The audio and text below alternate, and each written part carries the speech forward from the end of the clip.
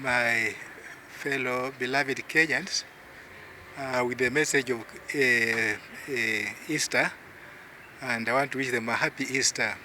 And think for us in our Christian faith, Easter is a moment that revives the goodness of God in our life, and it revives the proper direction in which we should go to avoid blunders of life.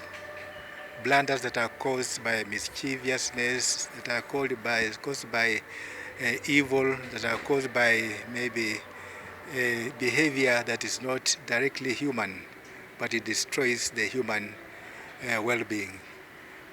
Here in Kenya, we want to wish the Christians everything good, because they have spent a lot of time, 40 days, praying for themselves, praying for the country, praying for the young people of our country, and praying also for the families, leaders in the church, and even in the civil side of our country. And now we come to conclusion to ask Jesus Christ what he will do for us, and what he does for us, that he dies for us out of his goodness. He dies for us, that even when we were so bad, when we were so sinful, corrupted people in all aspects of life, and especially as we experience here in Kenya, that we may be better and be mindful of our brothers, especially Kenyans, and be mindful also of God's presence in our country in which we love. So to be better people is also to be good to one another, to have to look for reconciliation, and to look for a proper sense of direction that will help our country grow into prosperity. We want to also encourage our politicians with this message of Easter. We know there was a conflict between the civil world and the spiritual world at the death of Jesus Christ, because of the injustices that were done and the injustices that still exist, and the injustices that can destroy the dignity of a human person.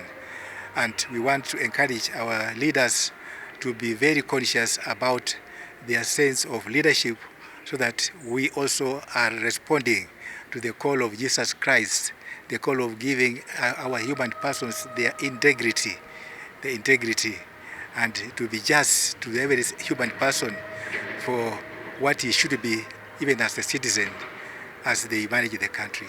We want to thank the Kenyan people for their efforts. They are doing a lot. They wake up a lot to continue building their nation. They continue paying taxes. That's what they do.